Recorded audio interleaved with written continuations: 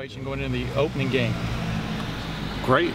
I'm very confident. I think JT's had an excellent camp. Cardell has actually had probably his best week as a Buckeye this week, so I feel great. I don't know that either one of them are the Big Ten Player of the Year, but I would think there's a lot of schools right now that would take our scenario over what they got. Is the tendency to not overload anybody in this first game, but especially the quarterback making his first start, or what's sort of if there's a philosophy to that, what is it as far as you're concerned? Yeah, I think you got to be not concerned, but you have to be cognizant of the fact that, not that capacity-wise he can or can't handle anything. It's the adrenaline, the first time. It's just the whole mindset of starting your first game and playing. I mean, he hasn't really played since the middle of his senior year in high school, and so just to make sure that you keep things as simple as possible for him. But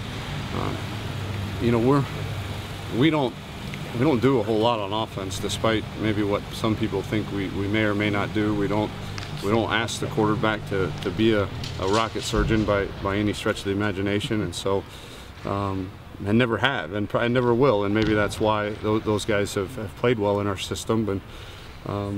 But yeah, we might actually even make a more conscious effort to keep it simple, but not a ton less than we already do. How's your relationship? Hang on, dude. Somebody had a question. Same thing about JT, just how he's coming along. Yeah, you looked into really the eyes. good. He's good to go. He's good to go. How's your relationship with JT changed since this happened? I mean, how much time have you been? I talk to him more. I mean, I guess how much? I mean, honestly, how much? Yeah, I mean, we obviously got close in the recruitment process.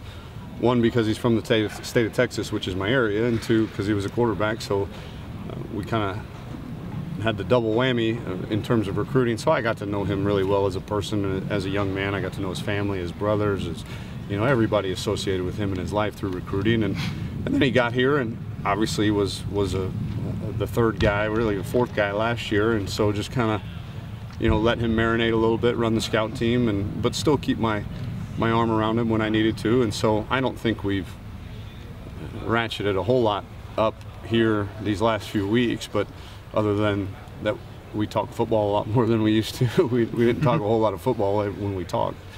Describe him as a runner, Tom. Efficient. I think Coach Stan Drayton said that one time, and I think it's very true. He's deceptively quick. He's certainly doesn't have the open field speed of some of the guys on our team, but really quick feet, really great change of direction, and has a burst and acceleration that is a bit deceptive. So I think he can make yards in the open field where maybe you kind of look up and you go, oh, that was a pretty good run. Oh my gosh, that was 12 yards, or that was 16 yards, or that was 8 yards when it looked like it was 3 yards, or so he's very efficient. He uses his steps. Doesn't take a lot of steps to cut, so doesn't have he's not a world-class sprinter, but he's definitely got the foot quickness and acceleration that you need. Are you okay the first time that he's got like a third down passing situation? Are you okay? You feel okay about when he's stepping back in there? I haven't felt okay in 12 years in that scenario. So, but yeah, no different than any other time. He's a grown man.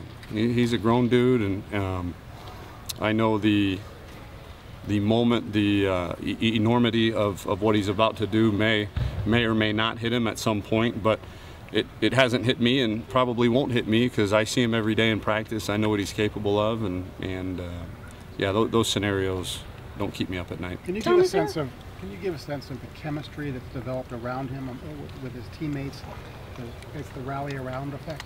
Yeah, he's a very magnetic guy, and I think once he was thrust into this role, whether we knew he was going to be the guy or not, but just the fact that he was getting so many reps in the spring and throughout fall camp, you kind of you see guys seemingly just kind of gravitate towards him because he's got that it factor, whatever that it is, and guys kind of gravitate around him. And so I think there was a chemistry building, and the guys, they've done a really good job of, they don't care.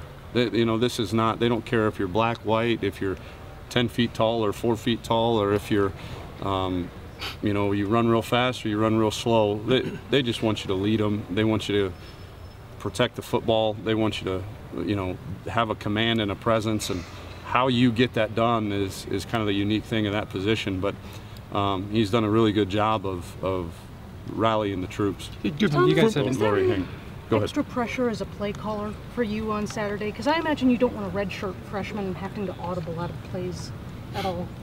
Possible. Well, he'll do some audibling. Yeah, I mean, he's plenty capable of that. I mean, he has to, and you can't play the position and not do that. And so, yeah, I think you want to make sure that you call plays that maybe you guys might say might be conservative, but yet don't have all the if this is then that's, you know, attached to them, where, hey, when we call this play, you're good, JT, just line up, snap the ball, and do this. And so there are those, but we kind of live in that world anyways, especially with our tempo. And so but he'll be asked audible at times, and we're not nervous about that at all. Tom, did you notice an actual demeanor change, though, in the offense when Braxton went down, maybe that afternoon or maybe the next practice, when probably people were looking over their shoulder, pardon the pun, waiting for Braxton to come back? Right. Now, all of a sudden, it's definite he's not coming back. Did you notice, just in the offense, a demeanor change totally from the standpoint of it's sort of JT's offense now, with Cardale, of course? You understand what I'm saying? I mean, Yeah, I do understand, but I didn't get that sense before the finality of Braxton's injury or after. It was, I mean, I know we all want to, it is a big deal, it is an important position, but like Coach Myers said, I think when it first happened, he's a cog in the offensive machine, and we just got to make sure that he does his part to keep the machine going. So I don't think anybody was kind of looking here, looking there, looking for what's next. It was just kind of, hey, that cog's in instead of that cog, we're good. As long as that cog's working, thumbs up.